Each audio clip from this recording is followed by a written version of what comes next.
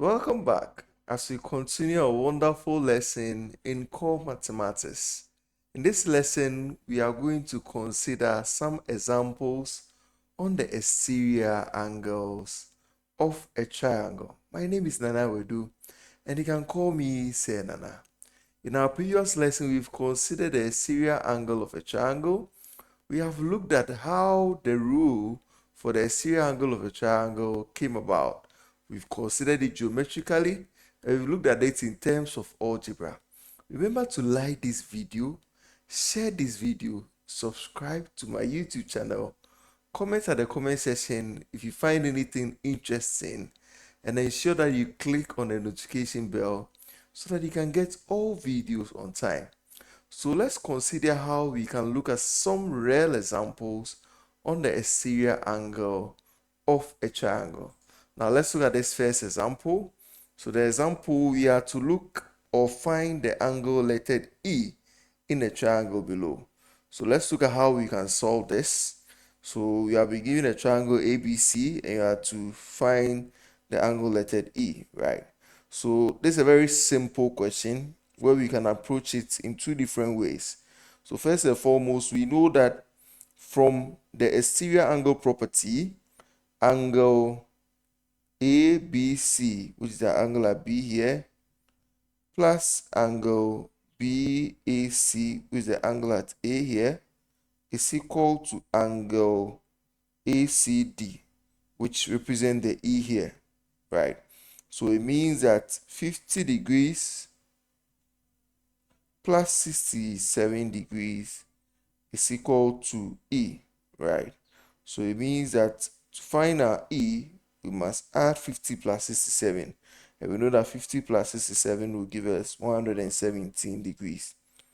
Or, so an alternate method will be to use the sum of angles in a triangle. So we know that this and this, let's call this side X. So 50 plus 67 plus X will be equal to 180 degrees. So that implies that we have our X to be equal to 180 degrees. We know 50 plus 67 will give us 117 minus 117 degrees. So it means that our X should be equal to 63 degrees, right? So our X is 63 degrees. Now we know that X and E is on the straight line. So we can consider angles on the straight line where we would have X plus E to also be equal to 180 degrees. So that implies that 63 degrees plus E should be equal to 180 degrees. So therefore, our E should be equal to 180 degrees minus 63 degrees. And that implies that our E should be equal to 117 degrees. So either way, you should be getting the same answer, right? Now let's consider another question here. In this question, you have been given a exterior angle to be 20x. So we know that 20x should be equal to the two opposite interior angles, which is equal to 7x plus 5 plus 60, right? So it means that 20x will group like terms. So we bring the 7 to the other side to become minus 7x to be equal to 65. So we have 13x to be equal to 65. So we can divide both sides by the coefficient of the x. And that will be 13. And then by the coefficient of the x, that is 13 here. So it means that our x should be equal to 5. 65 divided by 13 should give us 5. So we are finding the letter x in the triangle below, and we are able to use the exterior angle property to be able to find that. Now let's consider one final question here. So in this question, we are asked to find the value of x and the value of y. So first and foremost, we can consider the triangle, right? So we know that 41 degrees plus 92 degrees plus y degrees should be equal to 180 degrees. We know angles in a triangle sum up to 180 degrees. So 41 plus 92 should give us 133 degrees. Then plus y degrees should be equal to 180 degrees.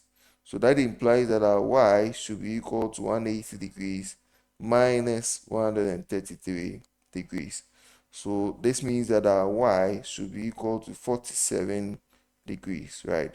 So it means that y here will be 47 degrees.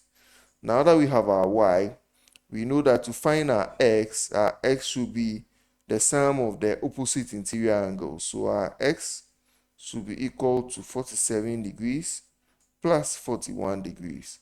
So that implies that our x will be 88 degrees.